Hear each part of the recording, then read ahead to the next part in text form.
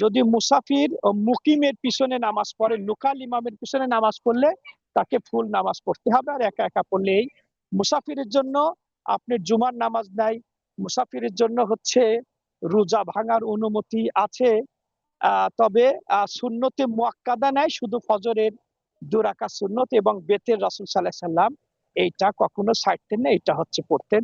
আল্লাহ রাব্বুল আলামিন আমাদের সকলকে সুস্থ রাখুন, ভালো রাখুন। হাদা আল্লাহু আলাম। শেখ, জুমার সাল্লাল্লাহু নামাজ আলাইহি নাই বলতে কি বোঝানো হয়েছে? মানে মুসাফির অবস্থায় থাকলে জুমার নামাজ না পড়ে 2 রাকাত জোহর পড়বেন। জুমার নামাজটা তার উপর ওয়াজিব না মুসাফিরের জন্য। জি জি, জাযাকাল্লাহু খাইর। আসসালামু আচ্ছা আলাইকুম। আচ্ছা জি, ওয়ালাইকুম আসসালাম। السلام عليكم ورحمة الله وبركاته. بسم الله الرحمن الرحيم.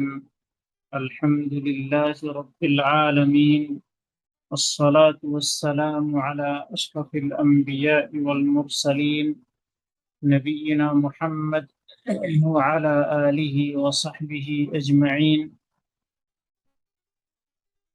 ومن تبعهم بإحسان إلى يوم الدين. أما بعد.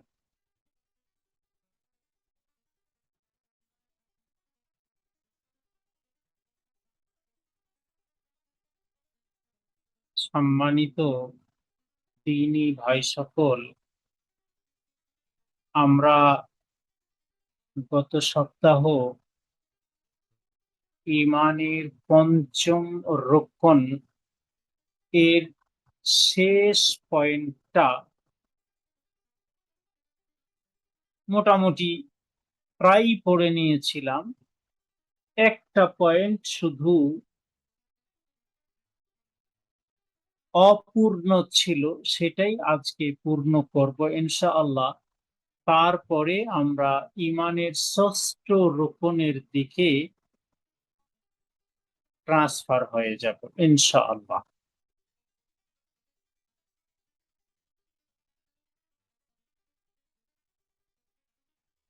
পরকাল বা শেষ দিবস বা কিয়ামতের প্রতি ঈমান, এই ঈমানের অন্তর্ভুক্ত একটি বিষয় যে আমাদের মৃত্যুর পর আমাদেরকে কবরস্থ করা হয়, কবরে দাফন করা হয়, অন্তিম সংস্কার আমাদেরকে কবরে রেখে আসা। আচ্ছা, কবরে যখন মানুষকে রেখে দেওয়া হয়, দাফন করে দেয়া হয়, দাফন কার্য সমাধা করে যখন সেখান থেকে স্বজনরা ফিরে আসে,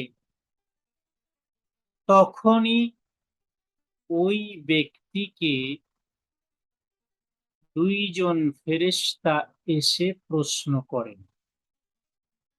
মুনকার এবং নাকির এসে প্রশ্ন করেন 3টি। রবকে, দিন কি, নবীকে, 3টি প্রশ্ন করে থাকেন।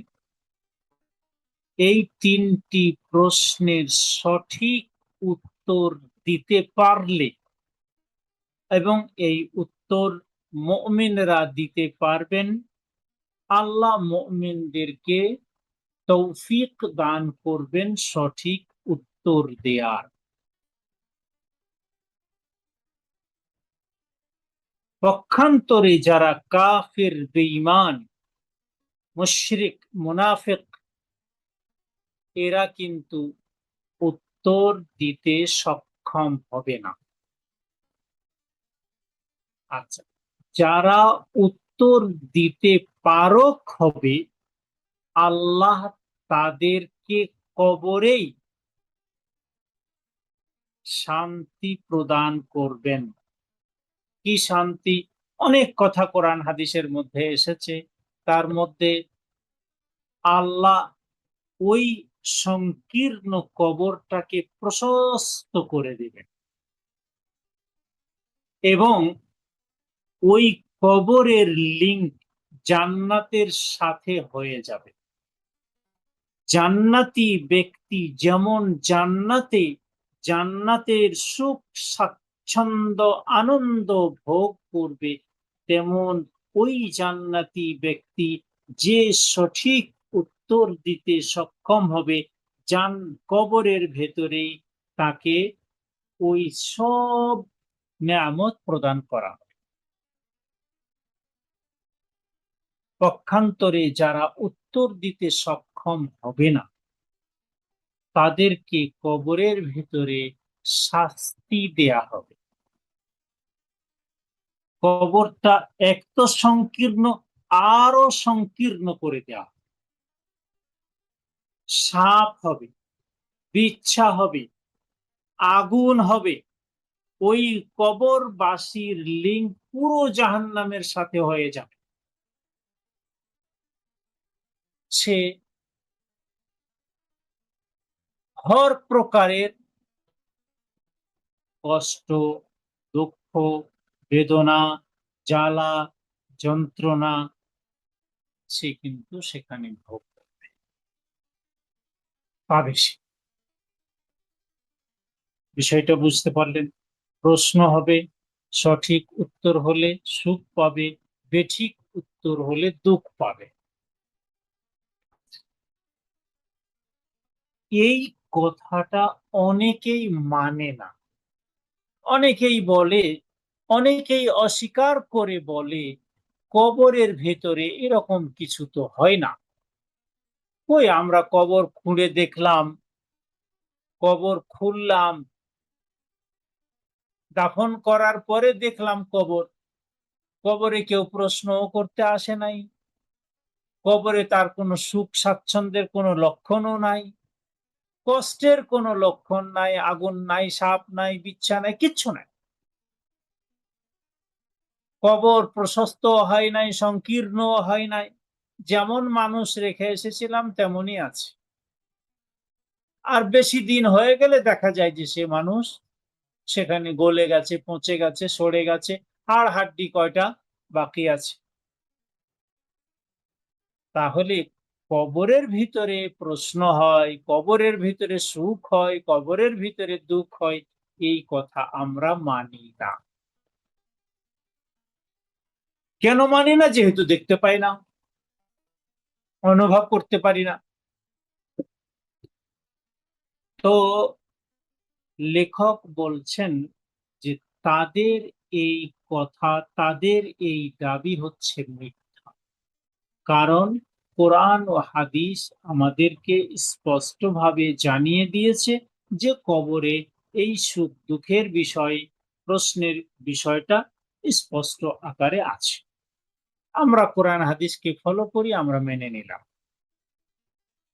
তার সাথে সাথে লেখক এই কথাটাও বলছেন যে যারা মানতে চায় না বা যারা মানতে অস্বীকার করে, আমরা তাদেরকে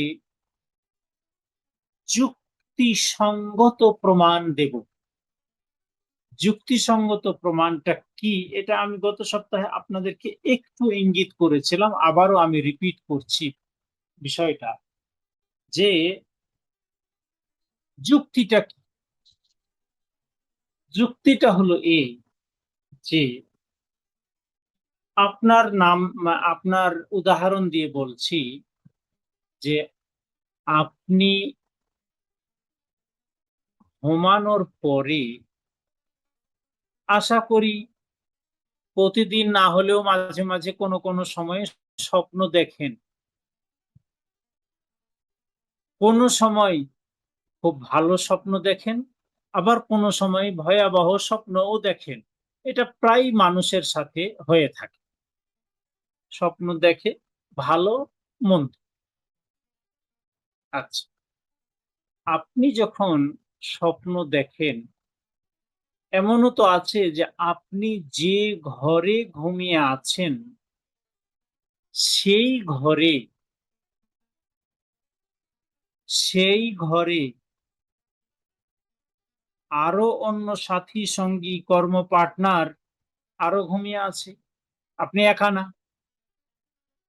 আপনি এক বেডে, তারা এক বেডে, বা এমনও হতে পারে যে একই বেডে আরো কেউ আছে। হয়তো আপনার পাশে আপনার ছেলে আছে, আপনার স্ত্রী আছে, বেডটা একটাই, আর আপনি স্বপ্ন দেখতেছেন। তো আপনি যখন স্বপ্নটা দেখলেন, স্বপ্নটা দেখার সময় সুখের স্বপ্ন হোক বা দুঃখের স্বপ্ন হোক, আনন্দকর হোক অথবা দুঃখজনক হোক, যেমনই স্বপ্ন হোক, স্বপ্ন আপনি দেখলেন। স্বপ্ন দেখার শেষে আপনার ঘুম ভেঙে গেল। 10-20 মিনিট, আধ ঘন্টা, 1 ঘন্টার ভেতরে আপনার ঘুম ভেঙে গেল। আপনার ঘুম ভেঙে যাওয়ার পর আপনার পার্শ্বে যে ভাই অথবা যে আপনার পার্শ্বে শুয়ে আছে বা আপনার রুমে যে শুয়ে আছে, আপনি তাকে জিজ্ঞেস করেন, ভাই কি হলো? স্বপ্ন দেখছিলেন আপনি, তাদের, যে আপনার পার্শ্বে, যে আপনার রুমের ভেতরে, আপনার সেই স্বপ্নটার কথা কি তারা বা তাদের মধ্যে কেউ বলতে পারবে?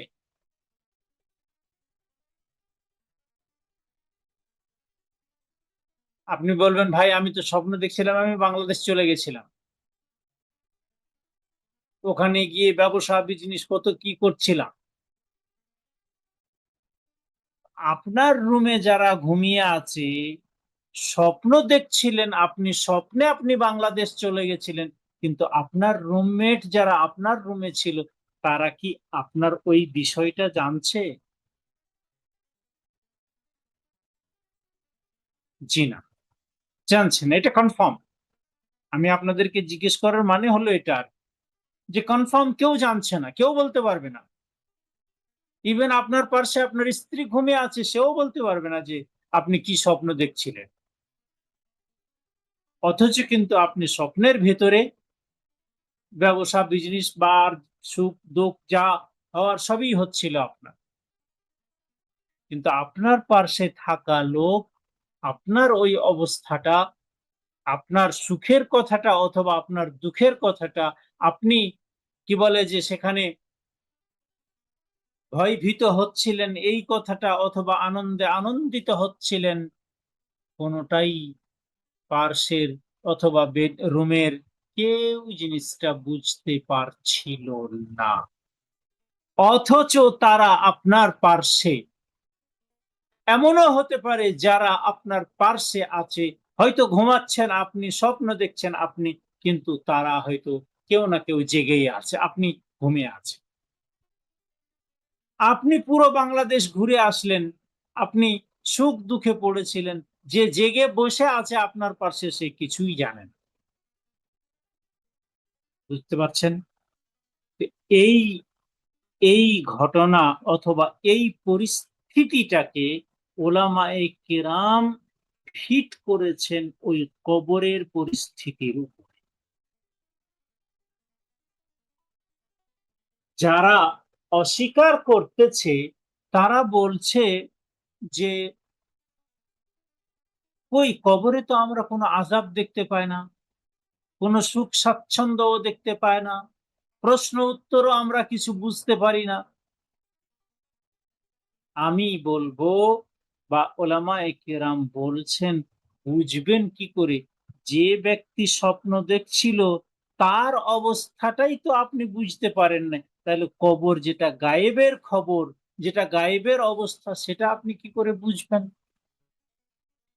যেমন স্বপ্ন দেখনেওয়ালার স্বপ্নের অবস্থা পার্শ্ববর্তী ব্যক্তি বুঝতে পারে না, তেমনি যারা জীবিত ব্যক্তি, যারা গিয়ে কবর খুঁড়ে ওই মৃত ব্যক্তির অবস্থা দেখতে বুঝতে জানতে চায়, এরা ওটা দেখতে বুঝতে জানতে পারবে না।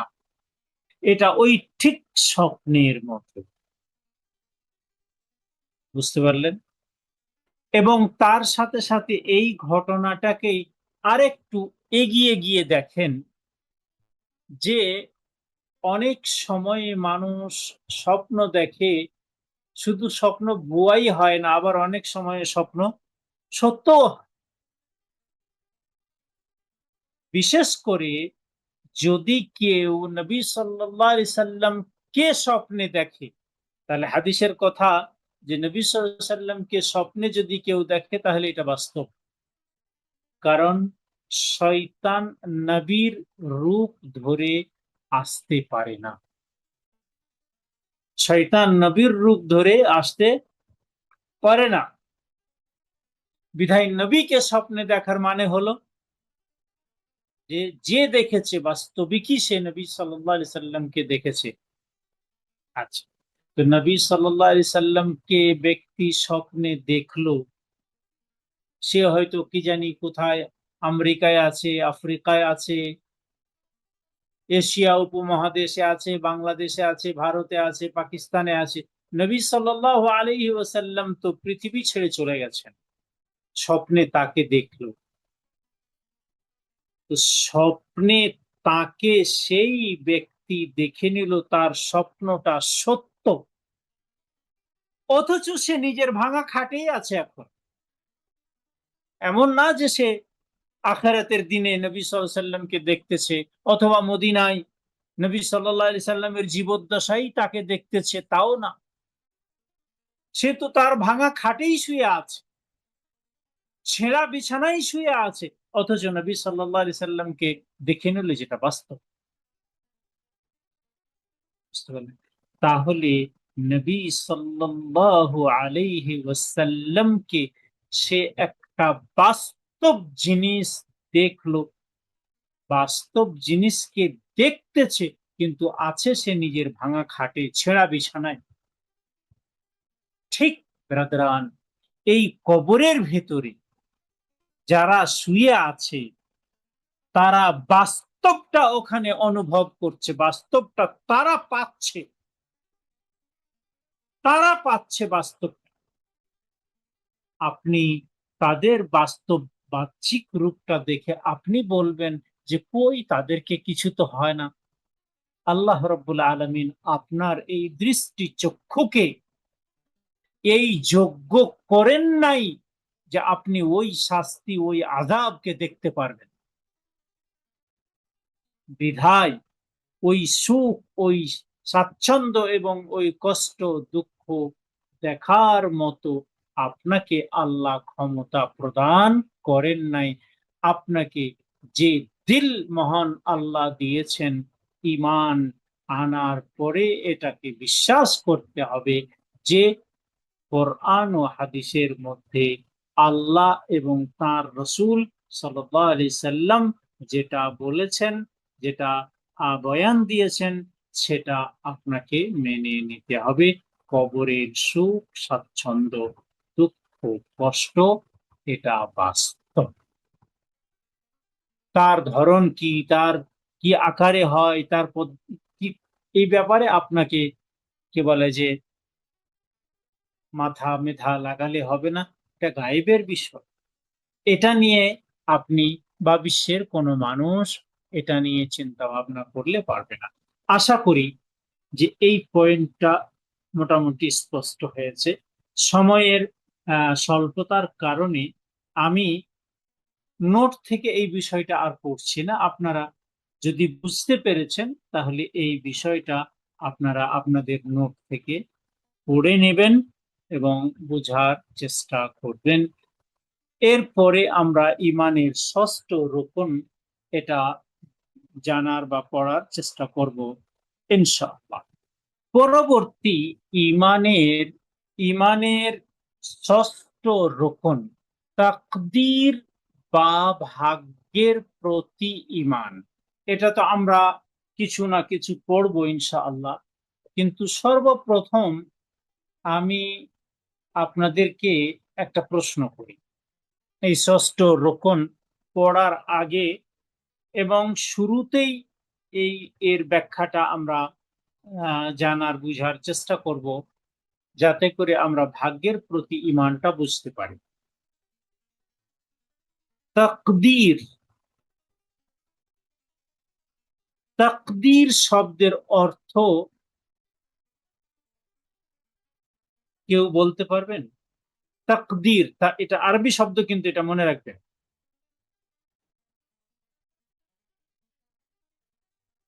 তাকদীর শব্দের অর্থ নির্ধারণ করা। চমৎকার, চমৎকার, জি। তাকদীর মানে হলো নির্ধারণ করা। আমি এই নির্ধারণের সাথে আরো একটা বাংলা শব্দ বুঝার জন্য, যেটা হয়তো বেশি স্পষ্ট শব্দ হতে পারে, নির্ধারণ করা এবং পরিমাপ, মাপ করা, এটাকে এই নির্ধারণের সাথে, নির্ধারণ করার সাথে যোগ করেন। নির্ধারণ করা, মাপ করা। মাপ করা বুঝতে পারছেন তো? যেমন আমি উদাহরণ দিচ্ছি আর কি, যে আপনি একটা জামা তৈরি করবেন, জামা, পাঞ্জাবি, পায়জামা, শার্ট, কিছু একটা তৈরি করবেন। তো তৈরি করলে আপনি যাবেন দর্জির কাছে। আচ্ছা, টেলারে যাবেন, দর্জির কাছে গিয়ে আপনি বলবেন, ভাই আমার একটা জামা তৈরি করার আছে। ঠিক আছে, তো দর্জির কাজ হলো কি এবারে? দর্জির কাজ হলো যে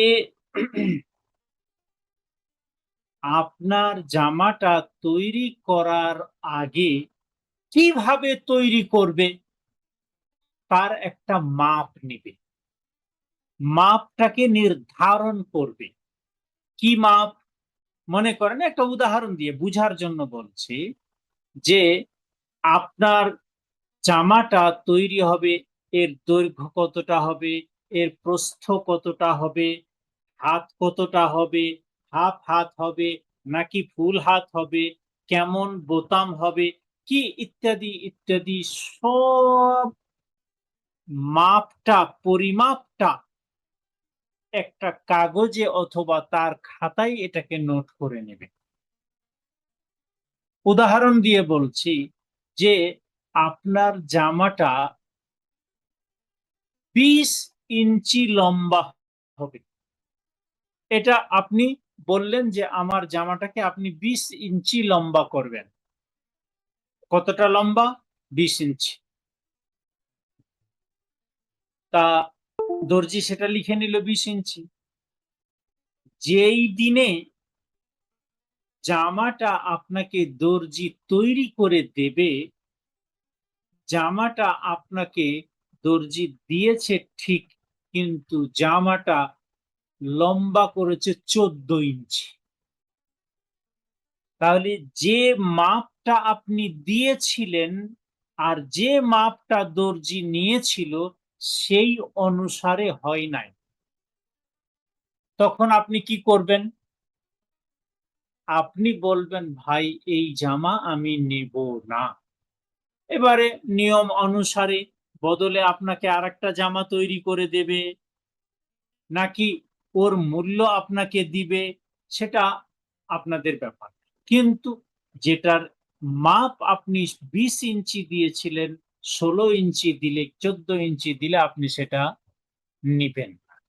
কারণ যে মাপ ছিল সেই মাপ অনুসারে সেই জামাটা তৈরি করা হয় নাই। এটা বুঝতে পারলেন? আচ্ছা,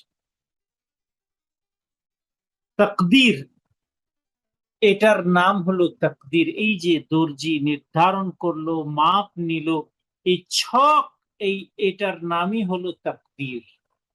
এটা বাংলায় বুঝতে পারলেন আশা করি। এরপরে যে তাকদীরের প্রতি আমাদেরকে ঈমান রাখার কথা বলা হয়েছে, সেইটাকে এই উদাহরণের উপরে ফিট করেন। তাহলে আশা করি বিষয়টা বুঝতে আপনাদের সুবিধা হবে, বা সকলের সুবিধা হবে, যে আল্লাহ রাব্বুল আলামিন আদম আলাইহিস সালাতু ওয়াস সালামকে যেদিন সৃজন করেছিলেন, যেদিন সৃজন করেছিলেন তার থেকে 50,000 বছর পূর্বে, আদম আলাইহিস সালামকে যেদিন তৈরি করেছিলেন তার 50,000 বছর পূর্বে মহান আল্লাহ আদমের এবং আদম সন্তানের কিয়ামতের সকাল পর্যন্ত পৃথিবীতে যত সৃষ্টি আছে আসবে, আল্লাহ তাবারক ওয়া তাআলা সকলের পরিমাপ নির্ধারণ করে দিয়েছে। বুঝতে পারলেন?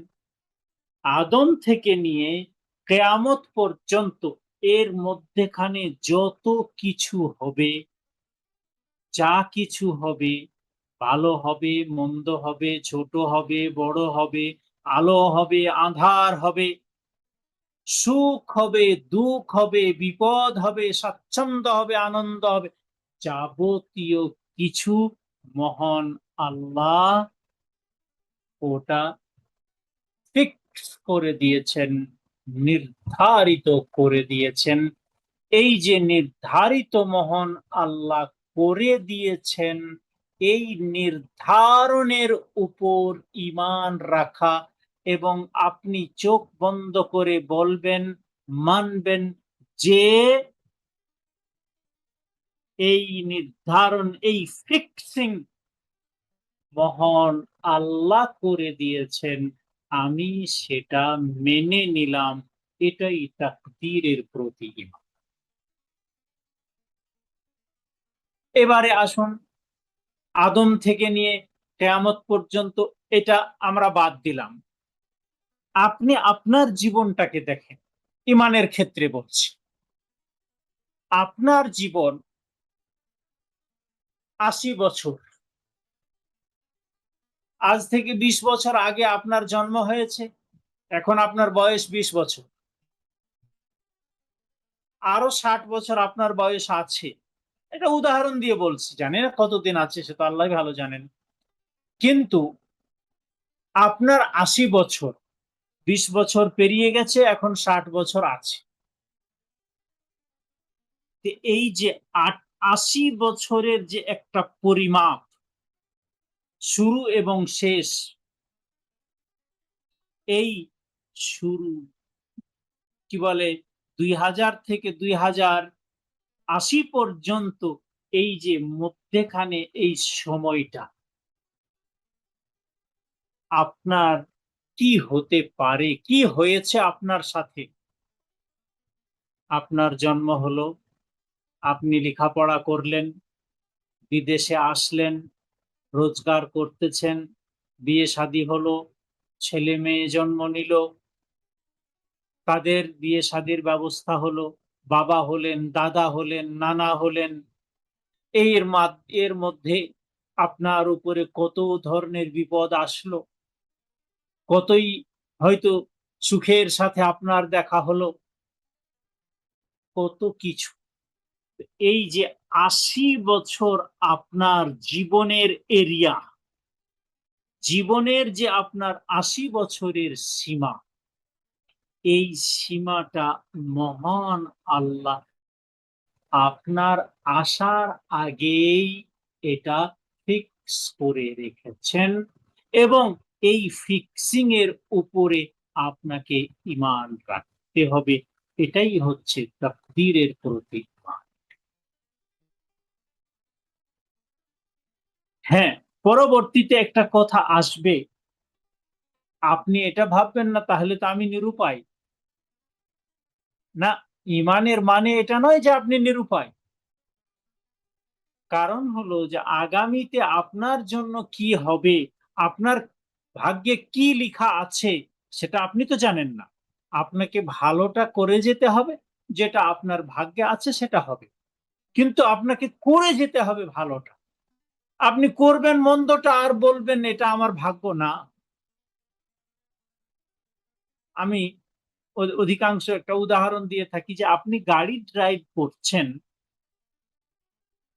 তো আপনি সোজা আপনার রুটে আপনি গাড়ি ড্রাইভ করেন, তো আপনি আপনার রুটে, আপনার রোডে, আপনার ট্রাকে আপনি যখন গাড়ি ড্রাইভ করছেন তারপরেও তো অ্যাক্সিডেন্ট হয়, এটা ভাগ্য।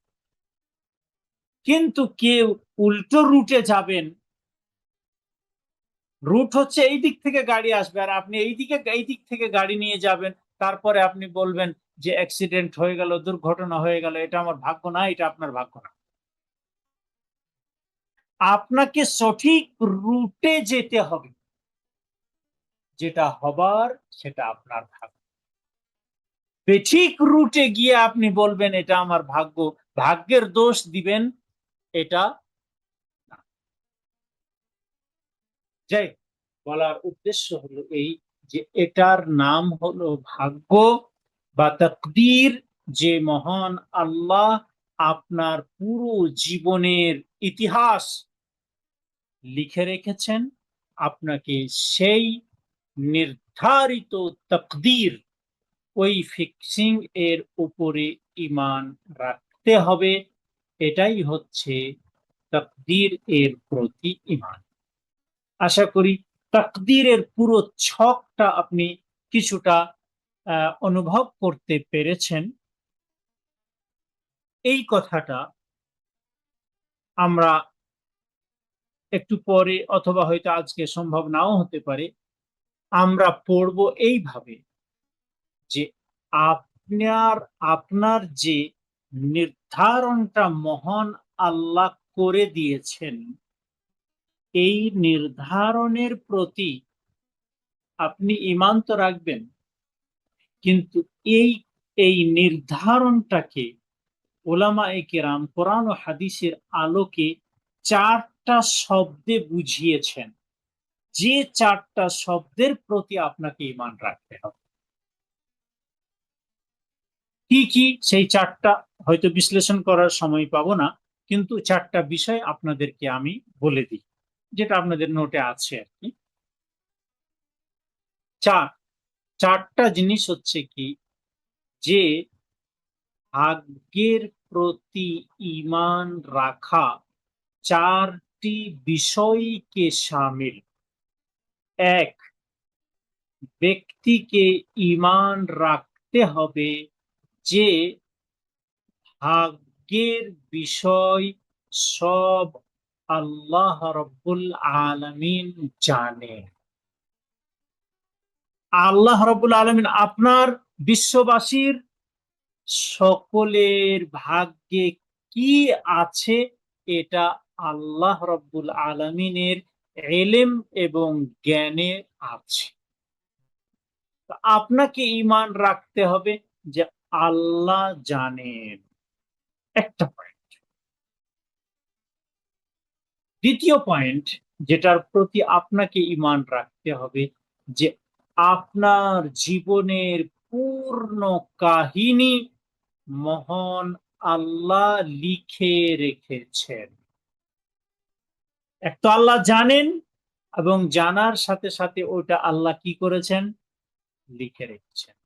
দুটো, তাই না? দুটোর আপনার প্রতি ঈমান। 3 নম্বর হচ্ছে যে আপনার জীবন কাহিনী, আপনি যে জীবনে করলেন, করবেন, করছেন, সব কিছু মহান আল্লাহর ইচ্ছার অন্তর্ভুক্ত। অর্থাৎ আপনি যা কিছু পৃথিবীতে করেন, করেছেন, করতেছেন, করবেন, আল্লাহর ইচ্ছাধীন, আল্লাহর ইচ্ছা ব্যতীত এটা হতে পারে না। বুঝতে পারলেন 3টা? আল্লাহ জানেন, আল্লাহ লিখে রেখেছেন, আল্লাহর বিনা ইচ্ছাই হবে না, আপনি করতে পারবেন না। ঈমান। চতুর্থ পয়েন্ট হলো যে আপনি অথবা বিশ্ববাসী যা কিছু করতেছে, ভালো অথবা মন্দ, সবই আল্লাহর সৃষ্টি। ভালোটাও আল্লাহর সৃষ্টি, মন্দটাও আল্লাহর সৃষ্টি। বিশ্বে সবাই কি ভালো করে? ভালো তো সবাই করে না, কেউ ভালো করে, কেউ মন্দ করে। তাহলে যেটা ভালো সেটাও আল্লাহর সৃষ্টি, আপনাকে ঈমান রাখতে হবে। মন্দ যেটা সেটাও আপনাকে ঈমান রাখতে হবে, এটা আল্লাহর সৃষ্টি। এই চারটে বিষয়ের প্রতি ঈমান রাখা তাকদীর বা ভাগ্যের প্রতি ঈমান রাখা। চারটি বিষয় আবার বলি: জ্ঞান, লিখা বা লিপিবদ্ধ, ইচ্ছা এবং সৃষ্টি। এই চারটা বিষয়ের প্রতি একজন মুমিনকে ঈমান রাখতে হবে, তাহলে তার ঈমান ভাগ্যের প্রতি সাব্যস্ত ও প্রতিপন্ন হবে। আল্লাহু তাআলা আ'লাম ওয়া সাল্লাল্লাহু আলা নবিয়িনা মুহাম্মদ। ভাগ্যের বিষয়ে যে পয়েন্টগুলো হয়তো অনেক প্রশ্ন হয়তো আপনাদের ভেতরে থাকলো বা থাকতে পারে, সেটা হয়তো আগামী সপ্তাহে সম্পূর্ণ না হলেও হয়তো অনেকটা ক্লিয়ার হয়ে যেতে পারে বলে আমি আশা করছি, ইনশাআল্লাহ। আল্লাহু তাআলা আ'লাম ওয়া সাল্লাল্লাহু আলা নবিয়িনা মুহাম্মদ। আসসালামু আলাইকুম ওয়া রাহমাতুল্লাহি ওয়া বারাকাতুহু। আসসালামু আলাইকুম। আগামী সাহেব, ওই সপ্তাহে কি একটি বিষয় কি এই নোটে আছে সাহেব, যেটি বললেন? জি, হ্যাঁ যেটা হ্যাঁ, জি হ্যাঁ, আছে আছে। জি জি আছে। শেখ পড়লেই বুঝতে পারবেন, শুরুতেই আছে, প্রথমেই আছে। শেখ আগামী সপ্তাহে কি আমাদের পরীক্ষা হবে? জি না, পরের সপ্তাহে 26 তারিখ পড়বে আর কি, জি 26শে জুন ইনশাআল্লাহ। জি, আসসালামু আলাইকুম সাহেব। 26শে জুন এই সময়ে রাইট টাইম, এটা রাইট টাইমে পরীক্ষা হবে, মানে 4টা? ইনশাআল্লাহ জি ইনশাআল্লাহ ইনশাআল্লাহ, মানে এখন যে টাইমে ক্লাস হচ্ছে এই টাইমে আমার আমার পরীক্ষা হবে।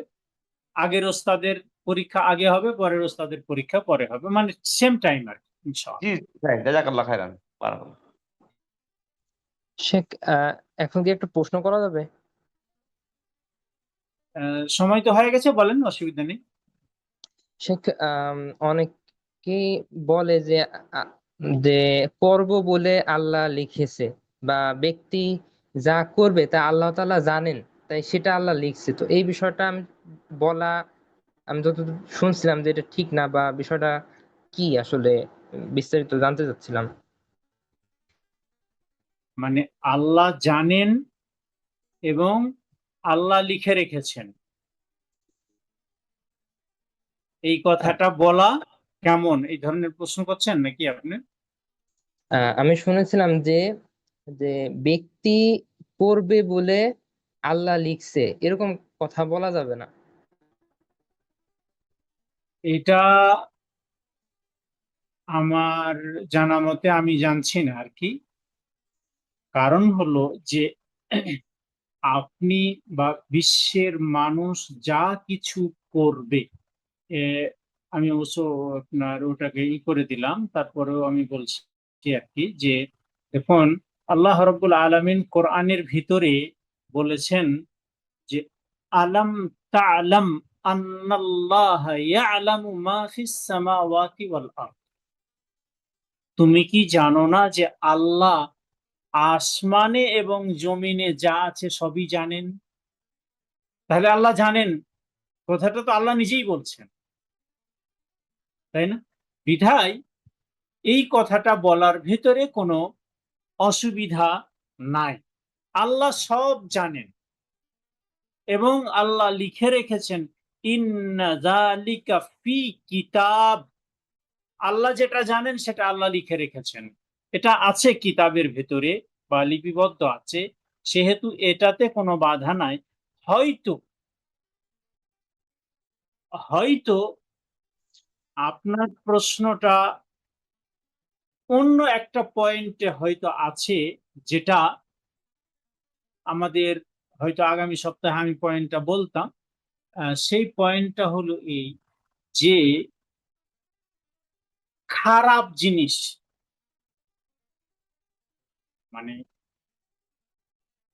কোনো মানে অমঙ্গল জিনিস, ভালো জিনিস না। আর সেই কাজটা করতে গিয়ে কোনো মানুষ বলবে যে আমি এটা করলাম, অথবা আমি এটা করছি, চুরি করছি, ডাকাতি করছি, মারছি, হত্যা করছি, এটা তো আল্লাহ জানেন। খারাপ কাজটা আল্লাহর দিকে সংযোজন করা, এইটা পয়েন্ট হচ্ছে যে এটা ওলামায়ে কেরাম বলছেন যে না, খারাপটা যখন করবেন, খারাপটা করার সময় বা করার পর ওইটা বলবেন আমি করলাম, কিন্তু যখন আপনি ভালোটা করবেন এবং করে সফল হবেন, তখন ভালোটার কথা আপনি বলবেন না যে আমি করলাম, তখন আপনি বলবেন আল্লাহ আমাকে তৌফিক দিলেন। ভালোটার জন্য আল্লাহর দিকে, মন্দটার জন্য নিজের দিকে। ইব্রাহিম আলাইহিস সালাম, অনেক উদাহরণ আছে, তার মধ্যে একটা উদাহরণ দিয়ে বলি যে ইব্রাহিম আলাইহিস সালাম বললেন ওয়া ইযা মারিযতু ফাহুয়া ইয়াশফিন। আমি আপনাকে একটা জিজ্ঞেস করছি, অসুখ অসুখ তো আল্লাহর পক্ষ থেকেই আসে, তাই না? অসুখ তো আসে আল্লাহর পক্ষ থেকে, কিন্তু ইব্রাহিম আলাইহিস সালাম অসুখের কথাটা যখন বললেন, তখন বললেন আমি যখন অসুস্থ হই। তার মানে কারণটা নিজের দিকে নিয়ে আসলেন, অসুস্থের বিষয়টা এটা বললেন না যে আল্লাহ আমাকে অসুখ দেন। কিন্তু যখন ভালো করার বিষয়টা আসলো, আরোগ্যের বিষয়টা আসলো, তখন উনি বললেন যে আমি অসুস্থ হই আর আরোগ্য দান করেন আল্লাহ। বুঝতে পেরেছেন? তাহলে ভালো জিনিসটা আল্লাহর দিকে নিয়ে যেতে হবে, মন্দ জিনিসটা নিজের দিকে নিয়ে আসতে হবে। সম্ভব হলে হয়তো আগামী সপ্তাহে আবার ইনশাআল্লাহ আরো দু একটা উদাহরণ সহ হ্যাঁ, এই পয়েন্টটাকে। এখানে কি স্যার একটা জিনিস কি এখানে ইয়া অন্তর্ভুক্ত হতে পারে, জিনিসটা আমি এমনি জিজ্ঞেস করছি জানার জন্য, যে আল ইরাদাতুল কাউনিয়া আল ইরাদাতুল শারইয়ার বিষয়টা, যে বিধানগত যে ইচ্ছার বিষয়টা, আর এবং স্যার শারঈ যে ইচ্ছাটা, এই দুইটার বিষয় কি এর মধ্যে হতে পারে? এরপর এই আগামী সপ্তাহে যে আমাদের আলোচনাটা হবে, এর আমি মনে করছি যে 90%ই আলোচনাটা আগামী সপ্তাহের এটাই আছে আর কি। সেহেতু ইনশাআল্লাহ আগামী সপ্তাহে আপনার এই প্রশ্নের উত্তরটা যদি স্পষ্ট না হয় তাহলে দেওয়ার চেষ্টা করব ইনশাআল্লাহুল আজিজ। শেখ, ইনশাআল্লাহ। ওকে ওনারা স্যার, জি। জি শেখ, এই প্রশ্নের বিষয়টা ওনারা যেটা বলছিলেন, আমি যতটুকু শুনছিলাম, যে যদি বলা হয় যে ব্যক্তি করবে বলে আল্লাহ লিখছে, তাহলে ওনারা যেটা বলছে যে তাহলে আল্লাহ লেখাটা ব্যক্তির কর্মের উপর পড়ে যায়, নির্ভর হয়ে যায়। তো এই জন্য বলছিলেন যে ওনারা যে এভাবে বলা যাবে না। তো এটা তো এটা হতে পারে, এটা খুব মান্তিকি আর কি, খুব যুক্তিসঙ্গত কথা আর কি। সেটা হলো যে এই ধরনের বললেতে সেটা হলো যে বলার উপরে এই রেস্ট্রিকশন যেটা আছে, সেটা ওই বলার ভঙ্গির উপরে পয়েন্টটা আসছে, যেটা আপনি হয়তো ধরার চেষ্টা করলেন। ইনশাআল্লাহ আগামী সপ্তাহে সম্ভব হলে যতটা পারা যায় চেষ্টা করবো ইনশাআল্লাহ। আলম, ওয়া সাল্লাল্লাহু আলা